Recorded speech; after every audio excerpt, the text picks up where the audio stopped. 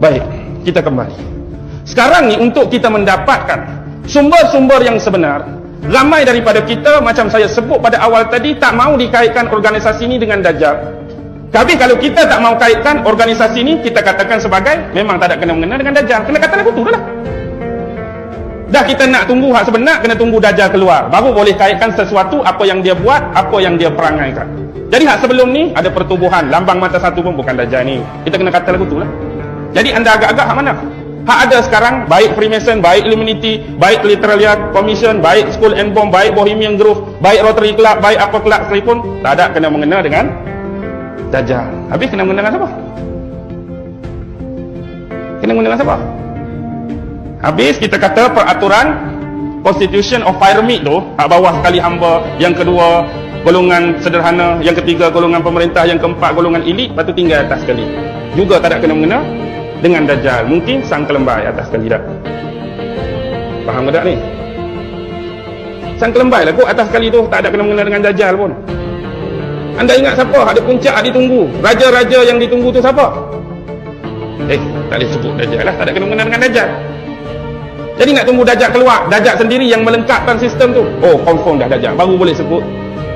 Nak tunggu Dajjal keluar baru boleh sebut. Agak-agak anda hidup kau mati masa tu, belum tahu lagi. Kalau tak boleh nak kaitkan, tengok satu benda. Dajjal dia dah ambil inisiatif ini. Tengok garapan yang Rasulullah bagi. Rasulullah cerita tentang seorang penyelamat akhir zaman yang kita sebut sebagai Imam Mahdi. Dan ada juga satu pasukan yang sedang menyediakan untuk Imam Mahdi segala kelengkapan dia, segala keperluan dia, yang dinamakan sebagai panji hitam. Jelas hadis ni. Jadi sebelum Imam Mahdi keluar, siapa yang sedia backup untuk dia, siapa yang sedia segala keperluan, peralatan dan perkakasan untuk dia? Panji hitam. Ada orang yang ditunggu, ada satu kumpulan yang menyediakan jalan untuk dia. Dan satu lagi, ada juga yang ditunggu tapi tak ada orang pun ready untuk dia. Pergi tanya Freemason, kami tak kenal Dajjal tu siapa. Tak ada keterlibatan Dajjal pun, kami buat ni atas dasar inisiatif kami sendiri. Kami tak ada kena-mengena dengan Dajjal. Pergi jumpa Illumination pun, kami lagilah tak kenal siapa Dajjal. Pergi jumpa Skull and Bones pun, kami tak kenal. Tak ada kena-mengena. Semua grup kami ni tak ada kena-mengena. Dajjal tu siapa? Kami tak tahu. Dajjal pula keluar, kita pun temu ramah pula. Adakah anda terlibat saudara Dajjal dengan Freemason dan Illuminati sebelum ni? Oh, saya memang tak tahu pun kumpulan mereka tu. Tak ada kena-mengena dengan saya. Agak-agak Dajjal boleh buat kerja seorang-seorang ke? Dalam saat-saat, minit-minit terakhir, waktu yang terhad, dia nak fitnahkan kita semua. Ada masalah? Dia keluar satu hari bersamaan dengan setahun, satu hari bersamaan dengan sebulan, satu hari bersamaan dengan seminggu, dan seterusnya seperti hari-hari biasa kan. Agak-agak waktu yang kita kata ambil umum lah. Setahun campur sebulan, setahun sebulan campur seminggu, setahun sebulan seminggu campur 27 hari. Dia nak buat kerja seorang-seorang, tak ada orang tolong ni. Dan tak ada. Perkiraan kita bodoh-bodoh. Dan tak ada. Aku baru keluar. Apa tak ada keperluan, tak ada perkakasan, tak ada orang nak ready untuk aku, alat-alat ready untuk aku, segala maknikah pun tak ada. Anda faham tak maksud dia? Maksud dia, semua perkumpulan tadi sememangnya sedang menunggu kedatangan hak di puncak yang masih belum lengkap dan belum sempurna. Siapa? Dajjal.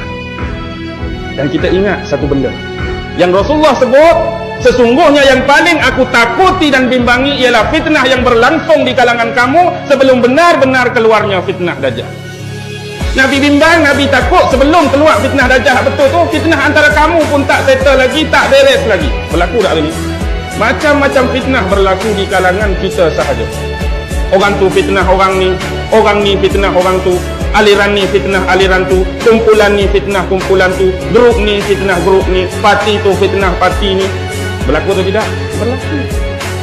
Hatu Nabi bimbang awal, hatu Nabi takut awal sebelum datang fitnah Dajjal, dia lagi teruk. Sebab fitnah Dajjal ni yang terbesar, yang terakhir, yang terdahsyat. Tak ada dah lepas ni. Hak ni lah hak paling besar, hak paling terakhir, hak paling dahsyat.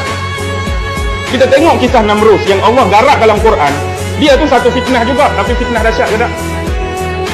Tak dahsyat lagi. Tak dahsyat lagi walaupun Nabi Ibrahim dah dibakar dah. Tak dahsyat lagi Musa dengan Firaun. Tak dahsyat lagi Lut dengan kaum dia. Tak dahsyat lagi penyaliban. Konon-kononnya Nabi Isa lah, mengikut pahaman dia, walaupun sunat Nabi Isa diangkat. Hak lagi teruk ni hak akan datang. Hak belakang senang kita nak cover, senang kita nak counter sebab benda dah lepas. Kajian sejarah, analisis sejarah lah yang menentukan hal tersebut. Tapi hari ini sejarah tak berlaku lagi. Benda tak berlaku lagi. Maka atas dasar itulah ulama-ulama yang sebahagian besarnya saya kategorikan sebagai ulama contemporary. Apa maksud ulama contemporary? Apa maksud ulama contemporary? Ulama zaman kini lah, ulama semasa. Jadi mereka berpandukan kepada ayat Quran, mereka berpandukan kepada hadis Nabi. Tetapi ini ada terhadan dia, ini ada limited dia. Dan bila mereka cuba menghubungkan dan relate dengan peristiwa, event-event yang berlaku pada zaman mereka, lalu keluarlah andaian-andaian dan agakan-agakan yang tersendiri mengikut neraca perimbangan ilmu yang dimiliki oleh mereka atas dasar base asal kita tak tinggal lah. Bukan mereka kaji, bukan mereka keluar pendapat pakai feng shui, dah. Bukan mereka kaji, bukan mereka keluar pendapat pakai kitab spot toto 4 nombor, agak-agak 3, 7, 5, 6, tidak. Tapi mereka guna Quran, mereka guna sunnah. Relate dengan kejadian, relate dengan kesemasaan, relate dengan event-event, mereka mengeluarkan pendapat mengikut ijtihad mereka. Itu masih berupa andaian dan agakan. Sebab itulah dinamakan ilmu eskatologi ni antara lain ialah teori konspirasi. Betul.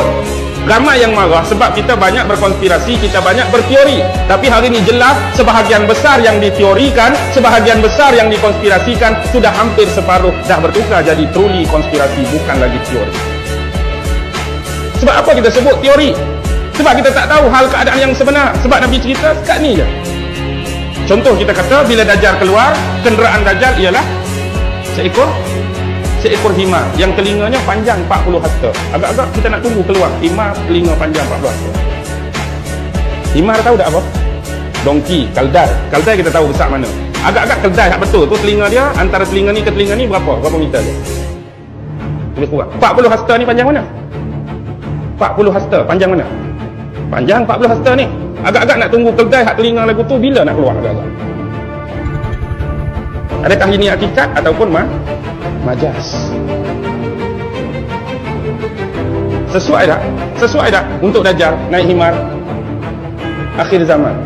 Dan benda ni kalaulah gambaran, wallahu alam, kalau gambaran sudah ditunjukkan pada Rasulullah rupa sebenar kenderaan tersebut, agak-agak kalau Rasulullah sebut Dajjal akan naik jet, sahabat-sahabat faham tak apa itu jet? Okey, Dajjal akan keluar pada akhir zaman dengan menaiki jet F-18 Hornet. Sudah, apa dia jet, apa dia F-18, apa dia Hornet. Jadi kesesuaian pada waktu tersebut, naik keldai, telinga antara kiri dan kanan dia, antara keduanya sepanjang 40 hasta. Agak-agak apa? Walaupun hak kita bagi agakan tu tak semestinya tepat, tapi ulama tengok event dengan kenderaan-kenderaan yang ada sekarang, hak paling layak, peratusan paling besar, nak kata apa tu? Benda tu lah tak semestinya betul, sebab adalah Nabi cuma sebut himar, telinga pula 40 hasta. Jadi agakkan daripada peristiwa yang berlaku hari ini, kapal terbang besar sangat, kereta kebal tak mungkin kot. Apa lagi? LRT panjang sangat. Okey, apa paling cepat, apa paling laju, itulah ada. Jadi ulama berandaian, berpendapat benda tu walaupun tak semestinya betul, tapi peratusan nak besar tertuju pada event benda tu. Jadi hak ni pun mereka meremehkan, benda tak pasti. Jadi kalau nak tunggu pasti, kena tunggu betul-betul lah. Dia keluar nanti naik apa, himar dia lagu mana, betul ke telinga panjang tu. Jadi anda sanggup tunggu kan? Nak pastikan benda tu. Dia akan bawa syurga dia, dia akan bawa neraka dia. Umum syurga dia, neraka dia. Kita hak neraka betul pun tak tahu, syurga betul pun tak tahu. Agak-agak bila dia keluar, kita nak kata apa? Syurga dia tu sebenarnya neraka. Neraka dia tu sebenarnya syurga. Nabi sebut dengan perkataan syurga neraka. Kita sendiri syurga neraka pun tak jelas lagi. Lepas tu agak-agak dia main tu bawa apa? Jadi ulama-ulama mengandaikan syurga hak dia bawa tu berupa kemewahan-kemewahan, kekayaan-kekayaan yang melalaikan kita. Alat-alat yang hebat, perkakasan-perkakasan yang hebat, gadget-gadget yang canggih. Dia melalaikan kita dari sudut benda tersebut. Kita rasa itulah kemewahan, kita rasa itulah kenikmatan, tapi dia boleh bawa kita pada jalan yang salah. Tapi hak kata neraka tadi, hidup dalam kesedihan, hidup dalam pelarian, hidup dalam peperangan, hidup dalam kesengsaraan, tapi dia jaga iman dia. Itulah syurga.